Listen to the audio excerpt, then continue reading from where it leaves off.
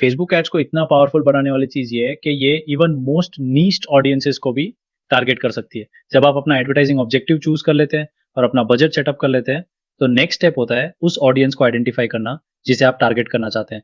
इसका मतलब है मेटा अपनी बेस्ट एफर्ट करेगा कि आपकी एड उन लोगों तक पहुंचाए जिनके इंटरेस्ट, प्रेफरेंसेस और परचेजिंग बिहेवियर आपके स्पेसिफाइड क्राइटेरिया से मैच करते हों।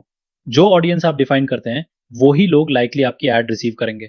इसलिए हाईली रेलेवेंट ऑडियंस चूज करना बहुत इंपॉर्टेंट है। राइट नाउ हम टू ट्रीज ऑलिव ऑयल के कैंपेन्स डैशबोर्ड में हैं। आप देख सकते हैं कि इस कैंपेन के लिए मेरे पास दो एड सेट सेटअप है। मैं पहले interest targeting ad set cover करूंगा। लुकलाइक ऑडियंस एड सेट को मैं अपकमिंग वीडियो में कवर करूंगा। अब मैं एडिट सिलेक्ट करता हूं ताकि हम डिटेल्स देख सकें। मैं नीचे स्क्रॉल करके ऑडियंस सेक्शन पर जाता हूं। यहाँ पहला सेक्शन जो आप देखते हैं वो है ऑडियंस कंट्रोल्स।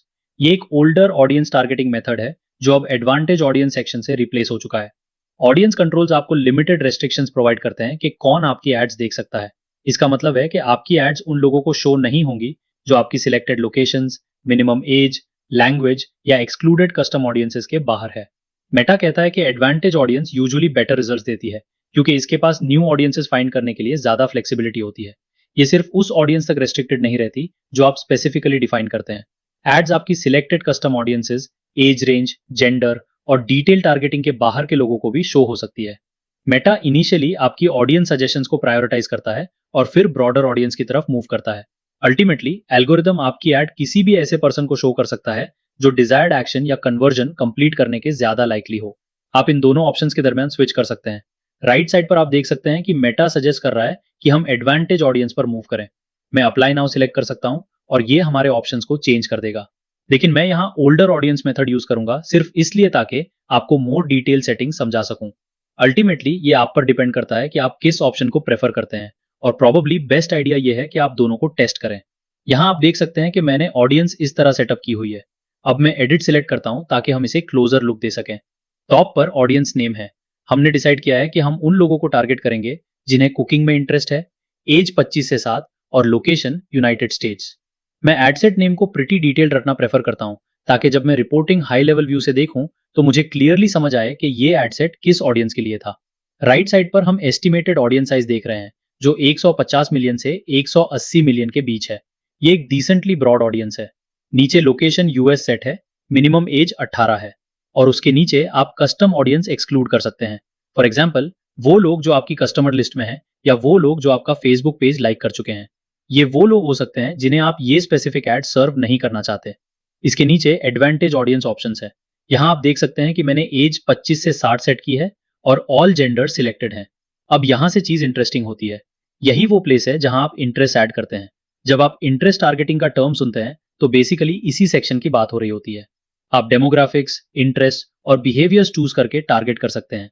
अब यहाँ हम फूड रिलेटेड इंटरेस्ट फाइंड करते हैं क्योंकि two trees olive oil sale करता है। मे बी हम उन लोगों को टारगेट करना चाहते हैं जिन्हें इटालियन क्विजीन में इंटरेस्ट हो। मैं इटालियन क्विजीन सिलेक्ट कर सकता हूँ। अब हम उन लोगों को टारगेट कर रहे हैं जिन लोगों ने इटालियन क्विजीन और कुकिंग में इंटरेस्ट एक्सप्रेस किया है। अगर मैं टॉप पर जाऊं तो एस्टिमेटेड ऑडियंस साइज अभी चेंज नहीं हुआ, लेकिन जब मैं अपडेट सिलेक्ट करूंगा तो राइट साइड पर रिफाइंड ऑडियंस साइज शो हो जाएगा। एक इंपॉर्टेंट चीज जिसको आपको नोटिस करना चाहिए वो है ऑडियंस डेफिनेशन। ये राइट साइड पर स्क्वायर बॉक्स में शो होती है।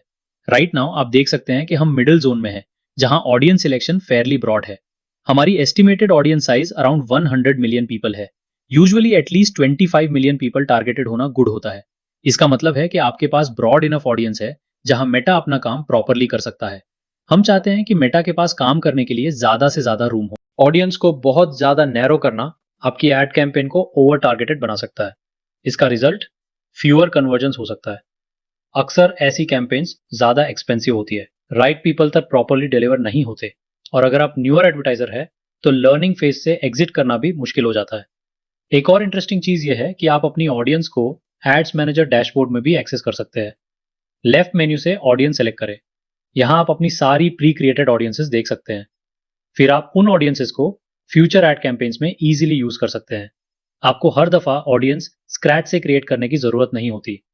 अगर कोई ऑडियंस रियली वेल परफॉर्म कर रही है और आप उसे एडिशनल कैंपेन्स में यूज करना चाहते हैं तो यही वो प्लेस है जहां आप अपनी सेटअप की हुई ऑडियंस का ट्रैक रख सकते हैं। अब जब आप इंटरेस्ट टारगेटिंग ऑडियंस सेटअप करना समझ चुके हैं तो मैं रिकमेंड करता हूं कि आप डिफरेंट इंटरेस्ट ब्राउज करें जो आप टारगेट कर सकते हैं। और उन इंटरेस्ट की लिस्ट बनाएं जो आपको लगता है कि फ्यूचर कैंपेन्स के लिए रियली वेल वर्क कर सकते हैं।